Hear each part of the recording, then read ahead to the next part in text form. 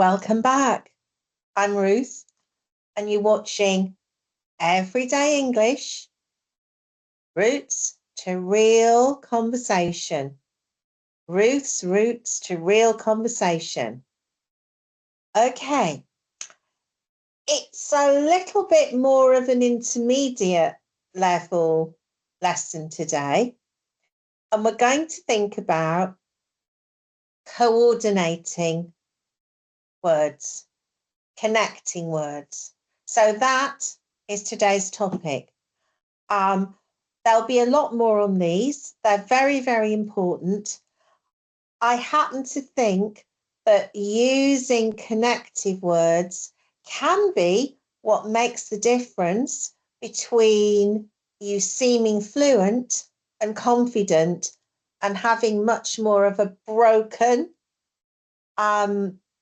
disrupted use of language. Hard for intermediate speakers, but really important that we think about this one.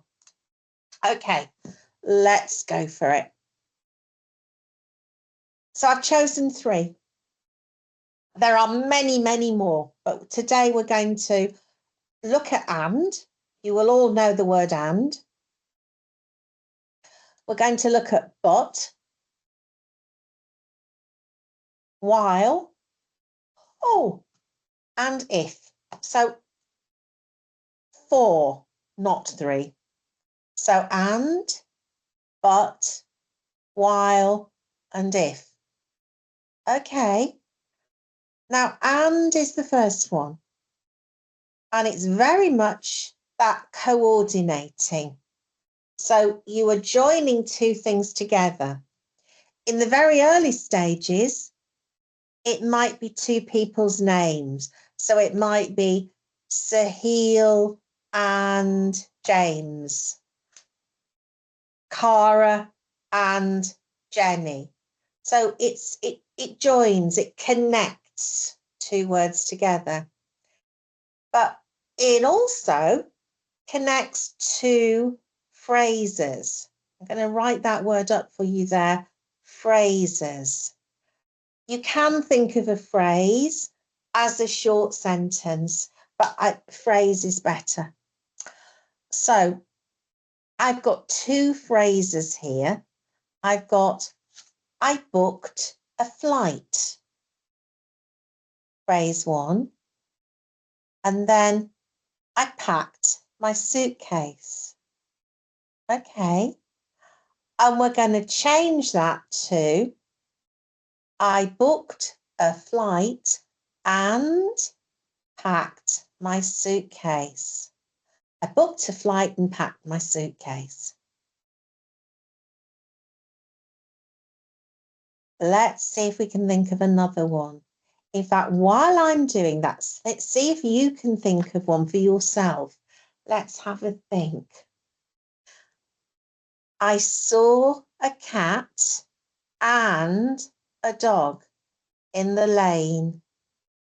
I saw a cat and a dog in the lane. So you're joining together 2 things. So have a think if you can do that for yourself. Okay. The next one is but. So the 2 phrases here are, I went to the airport, my flight was cancelled. I went to the airport, my flight was cancelled. Let's add the but. I went to the airport, but my flight was cancelled. I went to the airport, but my flight was cancelled. Okay. While.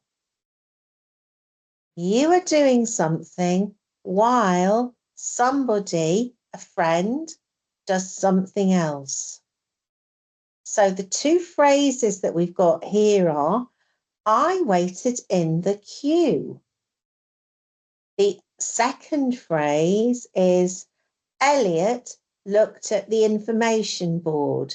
So we're still at the airport. I waited in the queue. I waited in the queue while Elliot looked at the information board. Okay, I'm going to say that quickly. I waited in the queue while Elliot looked at the information board. Right, okay. And the last one is if. The two phrases we've got are, I will go on holiday and I have the money. I will go on holiday. I have the money. So, I will go on holiday if I have the money. I will go on holiday if I have the money. Okay. So, let's have a little think about that. The best thing is if we look at some sentences together and you repeat them and have a go at saying them and think about them. You know, think about the connecting words. Are you ready?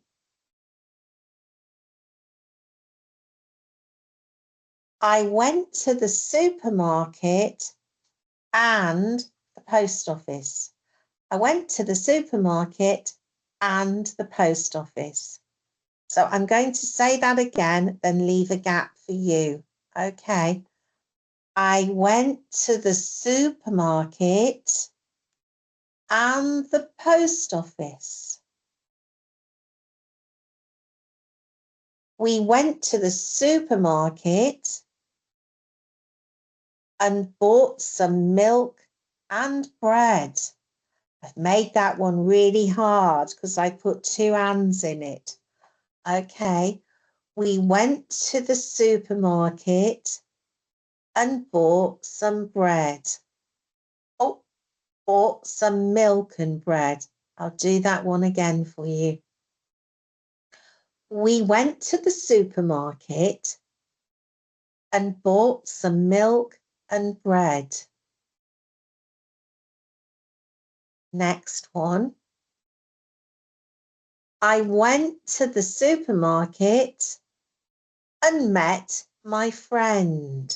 So repeat this one in a few seconds after me. I went to the supermarket and met my friend. Okay. Last one of these before we do a quick quiz. Tina rang the doctors, but there were no appointments. Ready? Tina rang the doctors, but there were no appointments. In English, we tend to say rang the doctors, not rang the doctor's surgery or rang the general practitioner. We might say rang the doctors. That would be quite usual. Okay. Right, so I'm going to do the last four of those, but leave a gap for you to supply the missing word. Okay, let's do it. He went to the bank. It was closed. He went to the bank. It was closed. It wouldn't be wrong if you said he went to the bank and it was closed. It's not, you can say that. But here, what I was looking for was he went to the bank, but it was closed. Okay.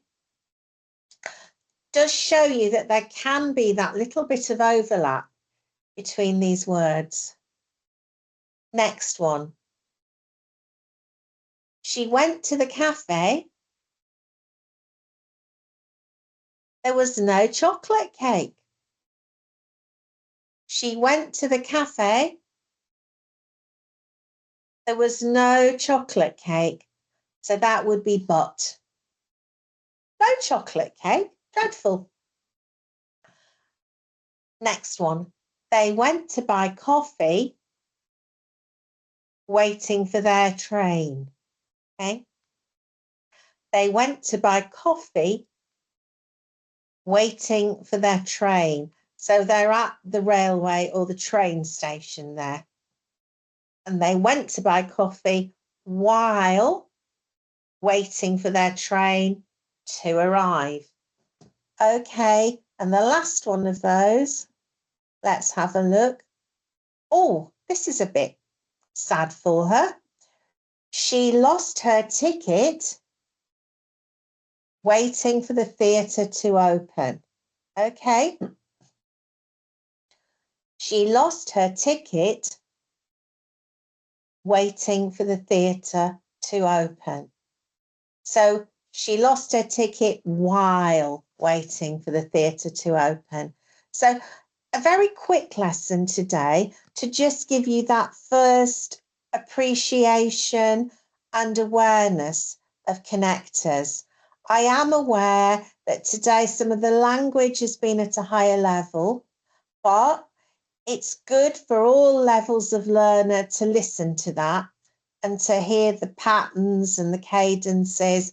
And actually, you will probably have been surprised how much vocabulary you actually understood, which is great.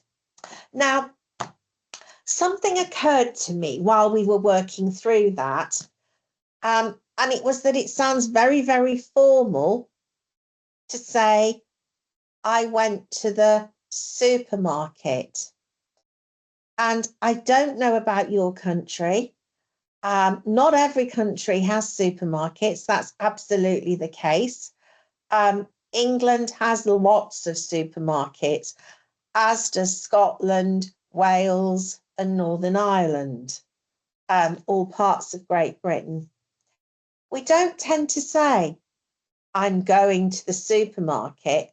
We tend to say the name of the market that we're going to.